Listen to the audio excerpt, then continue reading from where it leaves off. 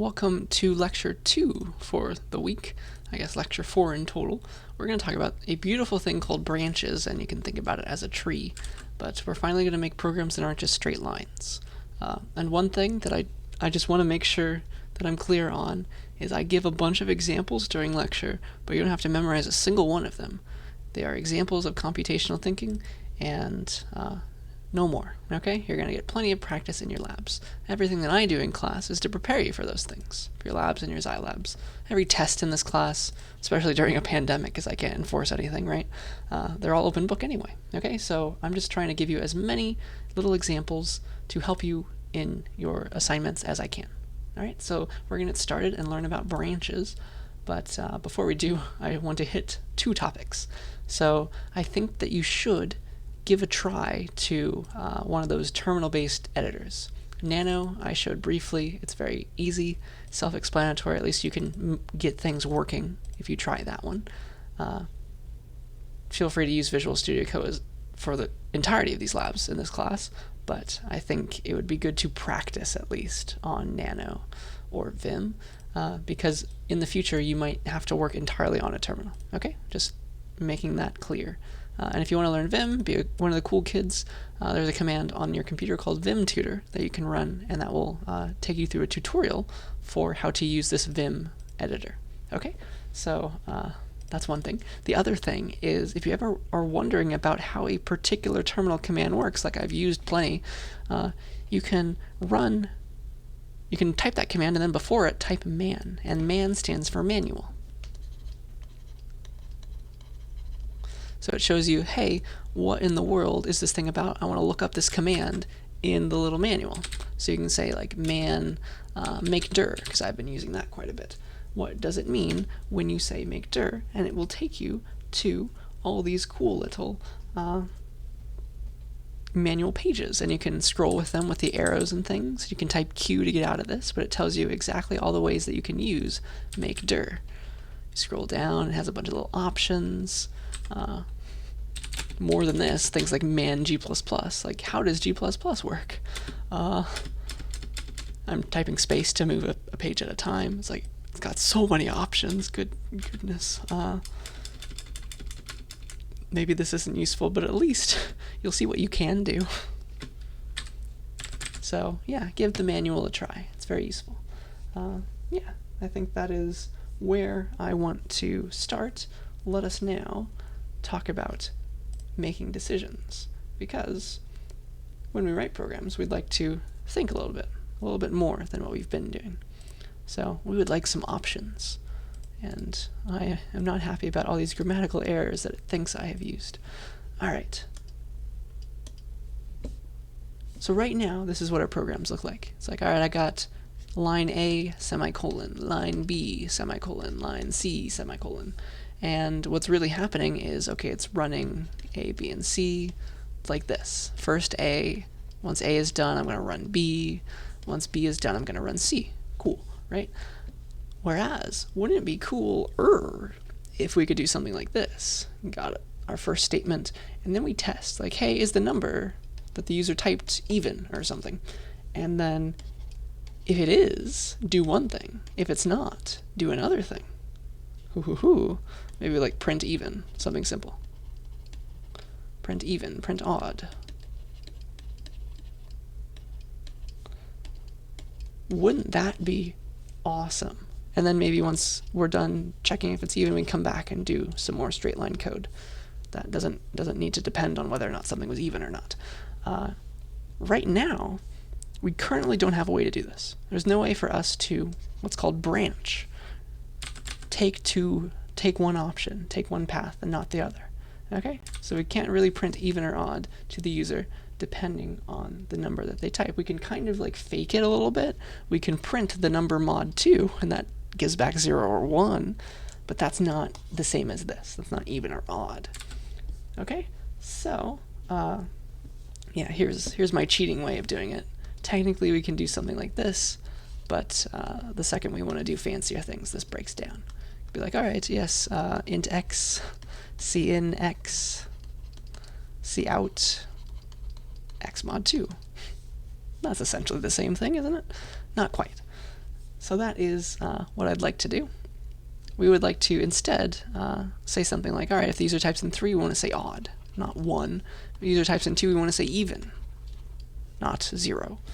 Okay, so let me teach you how to do this now. We are ready as programmers.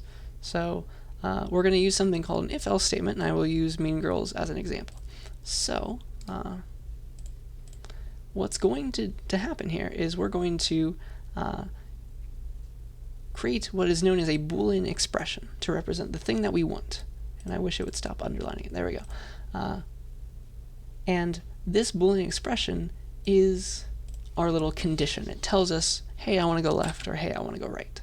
All right, so we need to come up with a Boolean expression now to tell us what we want.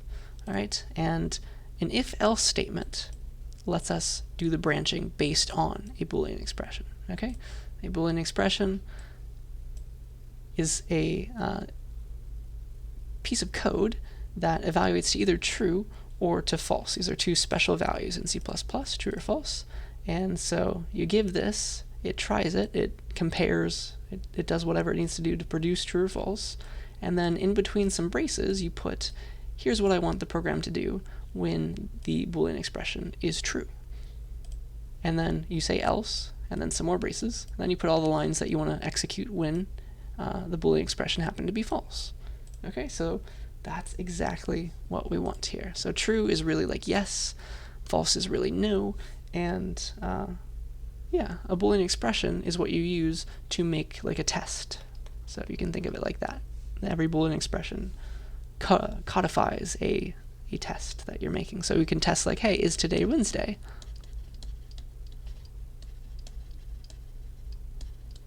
Question mark. And if it's true, if it's yes slash true, we do one thing. If it's no slash false, we do another. Okay, so that's what I want to do, and here is how I'm going to do it for you. Okay, so here is my idea of making this program a reality. I am first going to do this. I'm going to get some input, ask the user, hey, is today Wednesday? Something like that. Get my input. Ask, is input equal to Wednesday? Question mark. If it's true now, I'm going to say, yes, wear pink. If it's false, I'm going to say, no, it's not time. Not time for that. Do not wear pink today, because it's not Wednesday. And then finally, I'm going to come together and always do this final thing. I'm going to output done, just to prove that we can do things after we've branched and come back together and do more straight line code. Okay, so I think we're ready. Let's make this program a reality using this if-else statement. Okay, so here we go. Boop. So we need a new folder for today. Make dir lec04 cd lec04. Let's make a file called, I don't know, pink.cpp, something like that. That'll work. Here's my lec04 folder. I will copy all this boilerplate from last time because that's useful. Saves me on typing. And then here we go. We're going to do string stuff, so we'll include string. And then I'll say, hey, what day is it? What day is today? And it's fun because it just so happens to be Wednesday when I am recording this. That is not usually the case now, is it?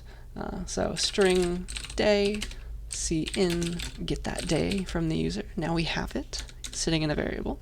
What day is today? And now we'll say if day is equal to Wednesday's two equal signs for no good reason. If it's equal to Wednesday, we'll say, all right, we're pink. And maybe a new line or something. So if that's true, we do this. Else, we say cout, don't wear pink. New line. And then after all that's done, we can do more straight line code down here. After we're finished, doing one thing or another, we can come back down here and do whatever we want. The rest of the code below the if-else always gets executed. We go back to straight lines. Okay, so see how it's like done or something, and a new line. Okay, so this is what's going to happen. I'll ask the user, hey, what day is it? We will make space for the day, get it from the user, and so now in the day variable, we hold a string that is a word that represents what day it is. We're going to check if it's equal to Wednesday. If so, if it's true, if the test is true, we're going to output this line. We're going to run this line to output wear pink. Otherwise, if it's false, we're going to run this line to output don't wear pink. And then finally, once this whole thing is done, we're going to go back and run the rest of the code, which is output done and then return 0, as usual. Okay, are you ready? This is exciting. We're doing fancy things. We're doing one thing or another with our code. So let's say G++. Let's do pink-o pink. So what day is today? Yes, it is Wednesday. Wednesday. Wear pink. And then done. And if I typed in some other day, like Friday, we say don't wear pink. And then done. Okay, so it's do one thing or another based on the value of this result. And this returns true or false. Okay, so now that we've done this, let's go back and do the normal thing that we wanted to do at the very beginning, which was, there we go, which was the even and odd thing. Let's do that now. Okay, why not? Dun dun dun. Let's make even and odd happen. So again, we're going to get input. Ask the user, hey, give us a number. And then we're going to see is input mod 2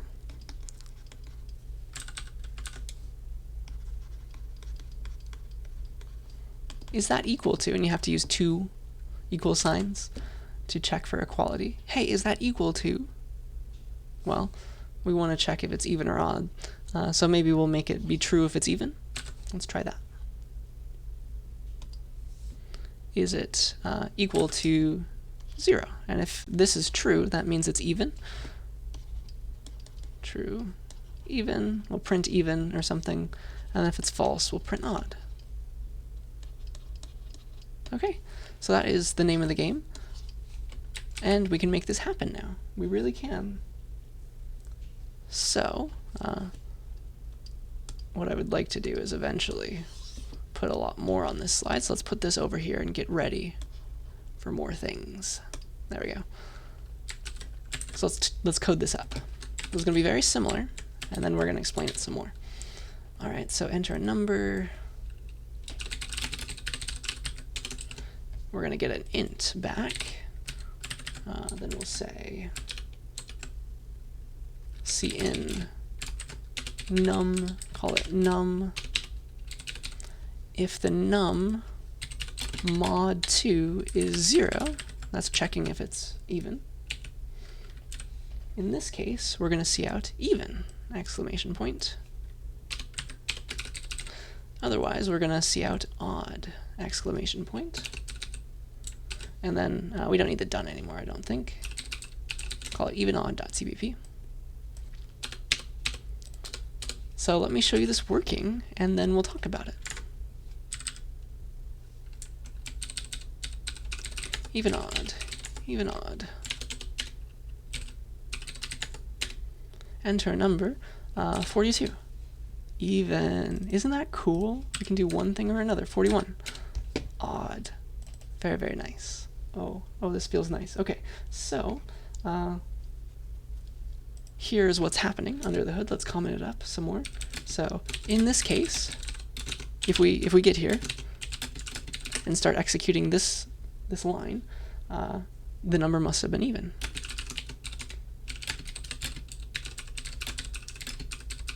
And then otherwise, we'll run this one, not the other. So otherwise, if we got here, we know that the Boolean expression from the beginning gave back false, or returned false. Okay, which means, therefore num was not even, and there's only one other option when it's not even, it's odd. Okay, that's the idea. So that is if else for you, and then I want to show you some terminology now. So if I take a little screenshot, that's, I don't know, that's good enough, right? Plenty for our purposes. So here is what I want to show you. Dun dun dun. So there are a few pieces of this. There's this right here. There is all the stuff between these braces right here, all this code. And then there's all this stuff between braces here as well. These three things. The first thing, that's called our test or our condition. It's something that gives back true or false that that C++ uses to determine which of these things to go down, which of these sides to go on. And now I can stop fumbling for the word because I can tell you the real thing. At each side, each possibility is called a branch, right? Which branch to go down. And the code inside of a branch, like if it's true, do this. This is called the body of the if statement. Okay, all this code inside is called body. It's the body of the if statement. Whereas this code in here is called the body of the else statement.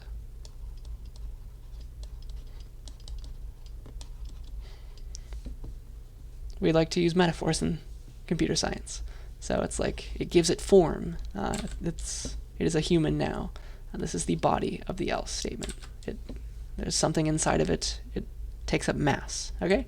So you got if the condition is true, we execute the body of the if statement. If the condition is false, we execute the body of the else statement. That is the real thing. Okay? Those are all the real words that you'll hear out in the wild. Okay? That is if else. You know it now. You know how to compare things, at least for equality, and make your programs do one thing or another. And I should say that you don't have to use the else if you don't need it. Maybe you only want to do something if something's true, and then forget about it, or just keep doing code if it's false. We don't care about doing something in that case. So your code will look something like this. It's like if your condition, then you have your brace, and then you have your body. If it's true, do this, please. It can be as many lines as you want it to be. And then you close it off and you don't have an else. You just have the rest of your code.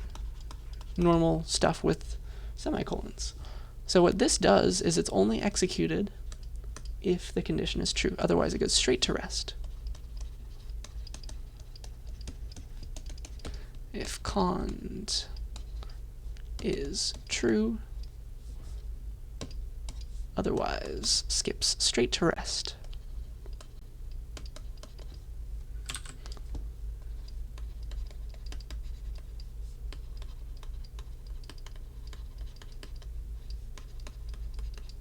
Okay, so use that if you need it. It is sometimes useful.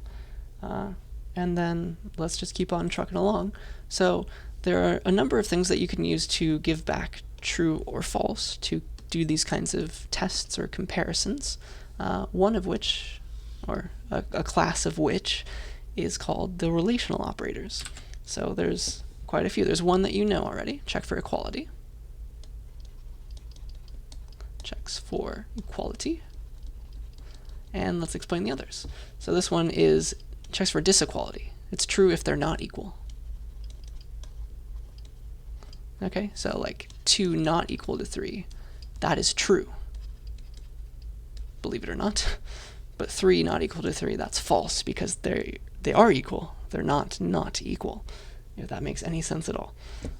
So yeah, then you have less than, greater than, which I assume you understand, like 2 is less than 3, that's true. 2 greater than 3, that's false. And because we can't really type Unicode characters very easily in C++, in order to say less than or equal to and greater than or equal to, we just write it like this with 2 characters. So like 2 is less than or equal to 2. Yes, that's true. And like 3 is greater than or equal to, I don't know, negative 42, that's true. And I'm sure you can come up with some cases that will give it false as well, like, oh, 3 is not greater than or equal to, I don't know, let's see, 5. Okay, that's false. So that's your relational operators, and you can use these in your condition. Okay, that's quite useful. And yeah, let's keep on going. Those are your relational operators. And just in case you thought C++ was weird already, let me tell you something very odd about the way numbers and conditions work. So numbers themselves can be truthy and falsy, we say. I'm sorry. C++ is weird for this reason. What C++ does when you use a number by itself in a condition, it converts those numbers to true and false if it needs to. If it notices it needs to, it does it, and it does it in this way. If 42 actually is going to always execute its body. This is actually true. Why? I don't know. Let me prove to you. Dun dun dun. I don't know, just if else.cpp. If 42, cout 42 is true. New line. I'm sorry to be the bearer of bad news here. This is hard to understand and going to be the source of some errors in your future programs. Oh, I don't need this number. Or actually, let's give it the number. Let's be like, all right, if num, and then we'll output num is true. That was better than I thought it was. All right, 42. 42 happened to be true. We hit the body. Why? C++, ask it. 41, also true. Negative 55, also true. The one thing that's the one thing that's false in C++, the one number that's false is 0, because you see how it doesn't hit this body. It doesn't go down the if branch. Very odd. Okay, so yeah, every number in C++ other than 0 is true. 0 is false. So if you did like if 0, it wouldn't hit this body, but if you had an else, it would hit this one.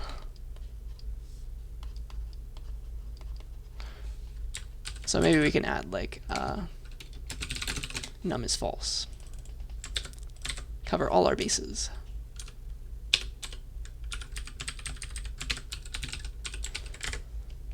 All right, so now I'll enter 0 again, and it should hit the else case. Okay, so that's fun. And now you know all about it. And I think I've shown you everything I wanted to show you there.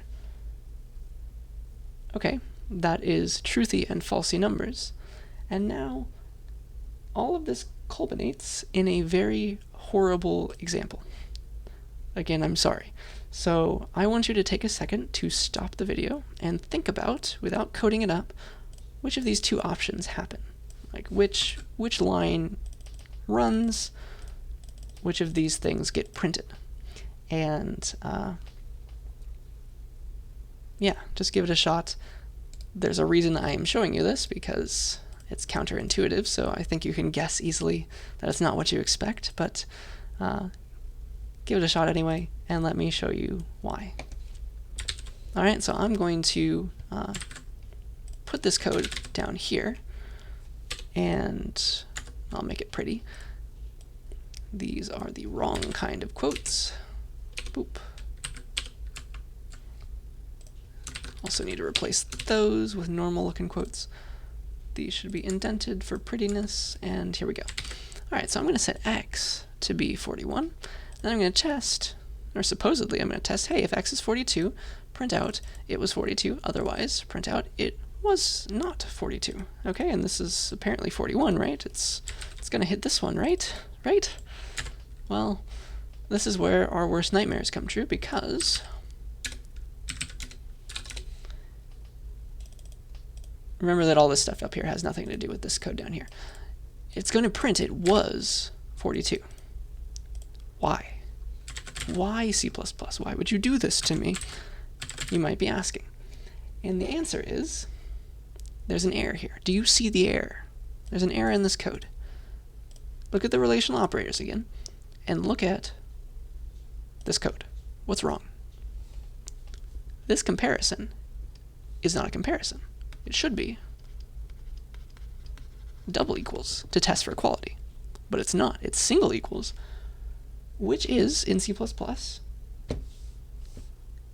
assignment. Okay? This assigns x to be 42. Equals is assignment. And now a whole chain of events happen, because in C++, x equals 42. Yes, that's an assignment. I'll say it again. Assignment. This sets x to be 42. It was 41. When this branch, or when this condition tries to evaluate whether or not it's true or false, it runs this code, which sets x to be 42. First of all, it does that. Second of all, every C++ piece of code gives back a value. And so the result of this just so happens to be 42, because that's what we set x to be. Like, this whole thing by itself, the result of doing that from C++'s point of view is 42. So it's as if we had said if 42. And now, not only did we change x, but we hit the true branch as well.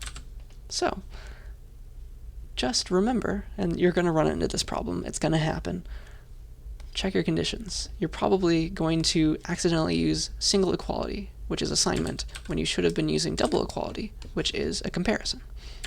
Just watch out for that. It's going to happen. You'll get burned enough times to remember it forever. I can promise you that. Okay? So, yeah. And I guess the moral of the story is you can put whatever you want in a condition, including an assignment statement, but you probably shouldn't. And then the result of an assignment statement, for no good reason, just so happens to be the right-hand side of that thing, whatever that result was, whatever you set the variable to. So, yeah, we hate the equals operator. It's assignment. It's not checking for equality. And it would have been much nicer if it was like something like an arrow. It's like, okay, x gets the value of 42. In some languages it actually is, and that makes so much more sense. But yeah, every statement has a value that it gives back, and in C++, assignment actually gives back a value. And the only light at the end of this tunnel is you can do one cool thing with this fact. Okay, you can have two variables. This is the reason C++ has assignments give back its own value that it's just set. This is why. I can have two variables, x and y, and I can set them both to 42 in the same line. This is the one thing that it's good for. X equals 42, y equals 42, and the reason this works is, again, because this line, x equals y equals 42, the parentheses are drawn like this, and so the first thing that happens is it sets y to 42, so it does that, and then it gives back the value of this, happens to be 42, and then it sets that 42 into x. And then the result of that is 42 if you wanted to add a z over here. But yeah, I think you understand now. I'm sorry. I'm sorry to have to break this to you. But that is how the world works in C++. So yeah, that's the equals operator. And now I want to show you how to put ifs inside of ifs, because your programs are going to need to be more complicated than they currently are. All right, so now we can branch with our code. We can go one way or another, but we would like to test multiple things sometimes, and you can put whatever you would like inside of bodies of if statements, including more if statements. So maybe we can test if a number is even and positive together. So let's do it like this. So here's how you would do it. If x is even, obviously you'll have to translate this to real code. You can do this, and then you can also once you know it's even in this body, you can then go and have another if statement. You can say, all right, if x is positive. If that's true, then do some more stuff. Then you know it's even and positive.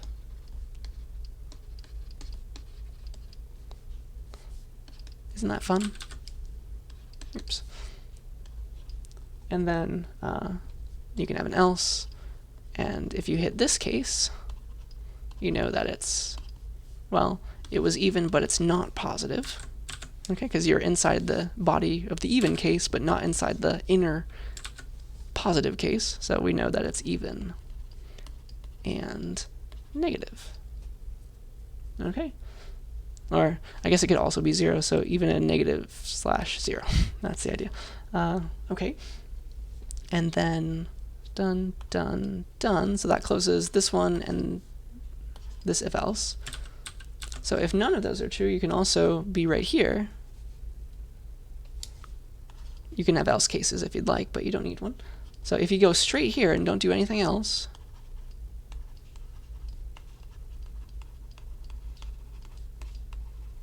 what do you think that means?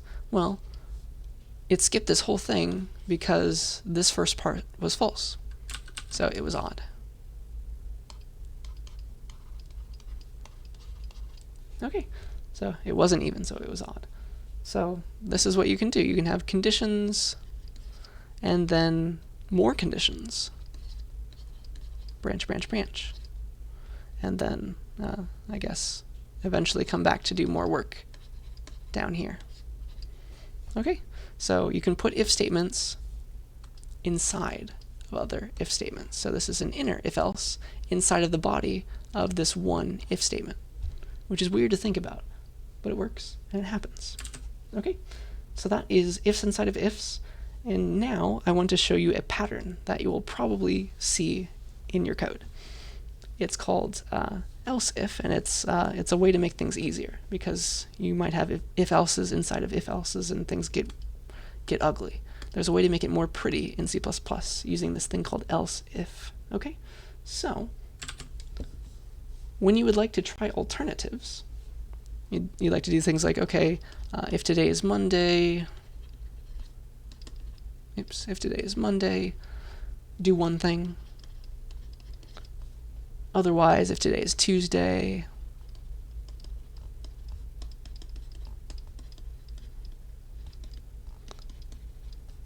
do a second thing. And okay, if that's not true, ... Otherwise, if today is Sunday, you're going to try them all. Try if it's Tuesday, try if it's Wednesday, Thursday, Friday. And then otherwise, you can have one last thing. It's like an else case, right? Otherwise, if you got none of those other places, it must be Sunday. And you can do your seventh thing, your seventh possibility. So there's a way to do this with what you know how to do right now, and there's a prettier way. So here's the ugly way. The first thing that you'll do is like, okay, you have a day variable or something. Check if that is Monday. With 2 equals, of course. If it's Monday, then we'll do, if that's true, we'll do our 1. Otherwise, if that's false, we're going to have to now test again and see, okay, if day is equal to Tuesday. If that's true, we'll do our 2. Otherwise, if it's false, we're going to have to check if day is equal to Wednesday. So you can see how many if statements are going to happen. And I'm going to code this up for you just to show you how ugly this gets. And so if that's true, we'll do our 3rd thing. Otherwise, we keep on going down here to the next options. And this nests horribly, we say. You have to tab over so much in these inner if statements that things get ridiculous. But let me show you it. Dun dun dun. I don't know. I want to show you Elsif. Let's call it that. Elsif.cpp. So let's enter a day. Again, I'll have string day, cin day. So here's how you can check for which day you're in. Let's convert days to numbers. So we'll say if my day is equal to let's do the short versions. Mon, then I'll cout 1 and a new line. Else, well, it wasn't Monday, let's try the rest.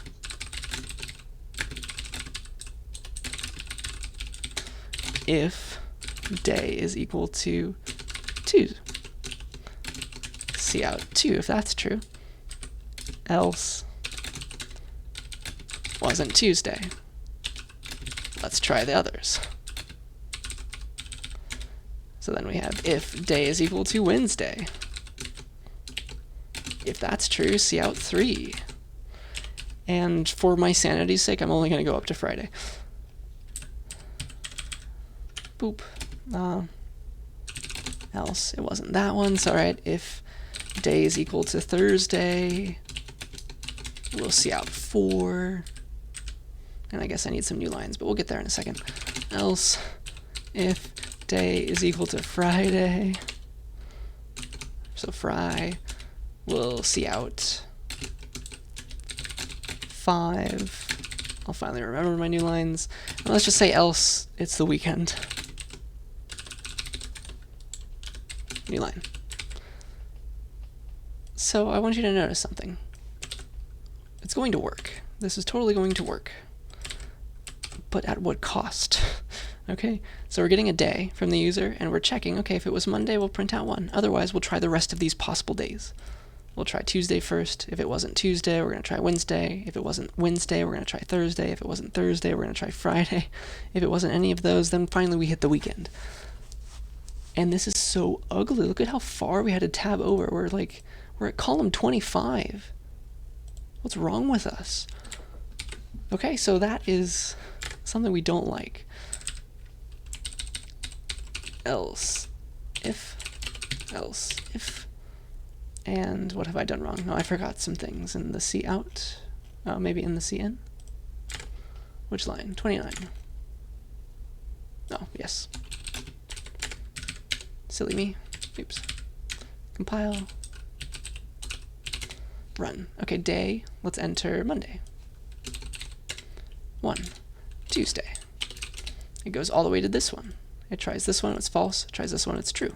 We get Tuesday and hit the 2 case. Wednesday, we get the 3. Friday. We try this one, then this one, that one, then finally this one's true, 5. Otherwise, we hit the weekend. And this is disgusting. Okay? So we don't like this. There's an easier way. It's something called else if in C++. Okay? So what you can do, instead of all this stuff, there's a way to make it look in a straight line like this. And it's when you put else and if right next to each other. And you forget the braces for a second. Okay? So this is what you do. Let me translate this to the nicer way. Here's what you do. I'm going to copy and paste all this code. And I'm going to make it cleaner one by one. So instead of this, instead of saying, okay, in the else case, I know it wasn't true that day is Monday, but let's try all the rest of these things. I'm going to get rid of all the spaces in between these two. And now I'm going to say else if day is Tuesday. We're going to do this. Okay? That's the else if. It's like, okay, if this first one wasn't true, try this one. Otherwise, if that one wasn't true, try this one. So this is the shortcut. And you can see how it saves us so much typing, and it's a bit more logical. Boop. Save us all of these tabs that we don't like anyway. So something like this. We have an else if, day is Friday, and then finally an else. It's the weekend. So you can pick whichever one you want to use.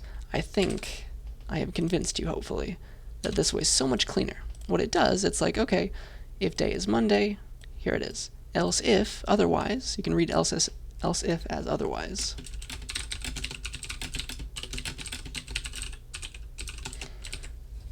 Else if the day is Tuesday, then do 2. If that's not true, try this one. It tries all these options in order. Else ifs, try your options in order without horrible nesting. And these two are equivalent, this one and this one. Okay, so I encourage you to study this code. Your book is also going to complain about this and show you the nice way. Hopefully one of those cases will make it sink in. Okay, so that is Elsif for you. It's try one thing, then another. If that first one wasn't true, then another. If none of those first two were true, then another. If those first three weren't true, on and on until potentially you get to an else case, or if you didn't have one, you'll just continue the rest of the code. Okay, so that is else if, and we're now ready to get spooky. We're going to talk about things called bools in C++, which is a type. This is a type, and it's short for Boolean. So, boo. And the Boolean type, well, just like int, it's a cloud, which has got 42, negative 42, things like that. Just like double is a cloud. It's got 3.14, negative 42.5. It does have whole numbers, but they kind of have like a 0.0 at the end. Bool is a very simple type. Its values are only true and false. Okay, so you can store now in a special type true and false values. All right, so yeah, as long as you have a Boolean valued expression and now you know how to make a few of them, you can store that expression that returns true or false in its own variable, like you would put it somewhere in like an if statement's condition. And that expression will evaluate to true or false, and you can put it in your bool variable. Okay, so this is how you do it. You say bool b equals something that's going to evaluate to true or false. So 42 less than 43, for example. Okay, so now b holds true. Quite nice, yes? And now you can do if statements based on b's because they're true or false, right? You can say if b, and in this case it will execute the body because b is true. That's useful. It's very nice to be able to split up very large conditions into multiple ones and then be like, okay, if this final thing is true or false, do one thing or another thing. So let me show you that in action. Dun. I want a smaller file, maybe. Let's do bool.cbp. So here is my bool variable. See, it's another type. It's all highlighted and cool. Bool b equals 42 is less than 43. If b is true, and it holds true, cout 42 is less than 43. I can give these like nice names, like 42 is less than 43. And you can't have a variable that starts with a number, so I had to put an underscore. And so your variables that hold Boolean values can be very nice looking, and it can help you as a programmer. So let's compile this and run it. And we see 42 is less than 43, and my terminal is yelling at me because I forgot the new line. Oops. So yeah, that is bools in a nutshell. They're not too difficult to talk about, but they're useful, and because they're a type, there are some operations on them too. Just like ints have pluses and minuses and mods and things, and doubles have the same, plus and pow and square root, etc., etc. Bool has some combinators as well, and one of the most useful ones is double ampersand, which is called and. Okay, you read it as and, two ampersands. It's like, because ampersand really means and, right? And just like it's two equals, it's a relational operation, something that compares, in a sense. It combines things. All right, so let me give you a very nice example of this. So remember this one. If x is even, if it's positive. If you're right here, you know it's even and positive. So that's one way you can do things. Okay? So let me go here and see if I can get a little bit of this out of here. So we have our even and odd stuff. Dun dun dun. So we have even and we can go inside of here. So definitely even if we hit here. We can check further, like if num is greater than 0. And that will tell us that it's even and positive. Because inside of this if statement, we knew it was even. And then inside of this if statement, we knew it was positive, which was inside of the even case. So if both are true, it's even and positive, right?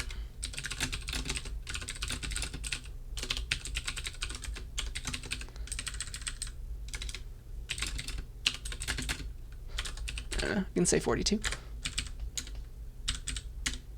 It is, in fact, even and positive. So there's like these two cases, and they're both true, and it's kind of a pain to write two ifs for this, so there's a way to combine. Okay, so instead of this,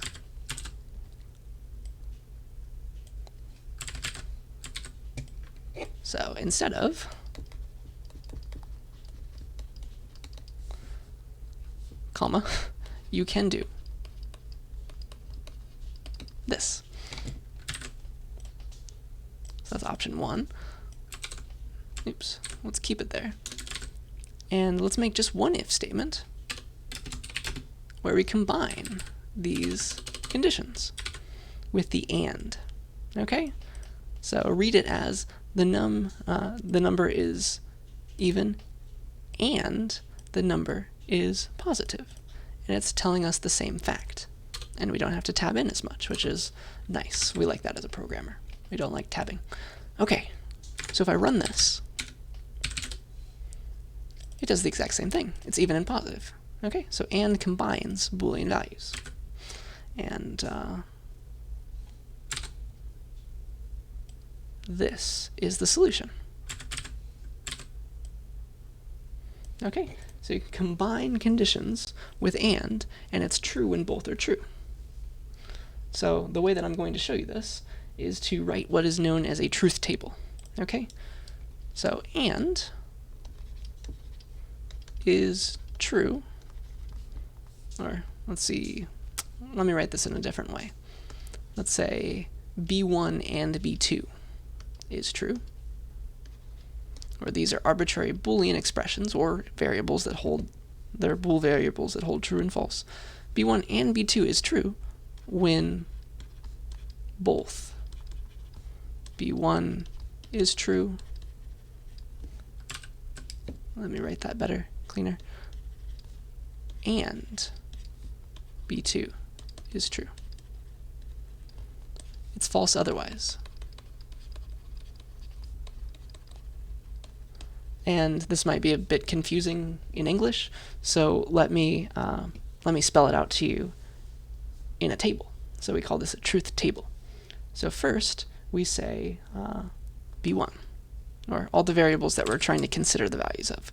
So we have our b1, and b1 can hold a bunch of different options, and I'm going to write those in a second. We got our b1, and b2 can hold a bunch of other options. And then we have our b1 and b2. And your book also has a table on this. Don't feel the need to copy it down. So let's give all the options that b1 and b2 together can be. And there's a custom order for this table. It just so happens to be true, true is supposed to be the first option. True, false, but you don't have to care until you take CSCI 26. Then it's false, true, and then false, false. So these are the 4 different possibilities of b1 and b2 at the same time. Okay? Either they're both true, they're both false, or one of them is true, the other is false. Those are the 4 possibilities that these could exist in. And b1 can be like is positive, and b2 can be is even. Okay? So b1 and b2 is supposed to mean is positive and even. And here's why.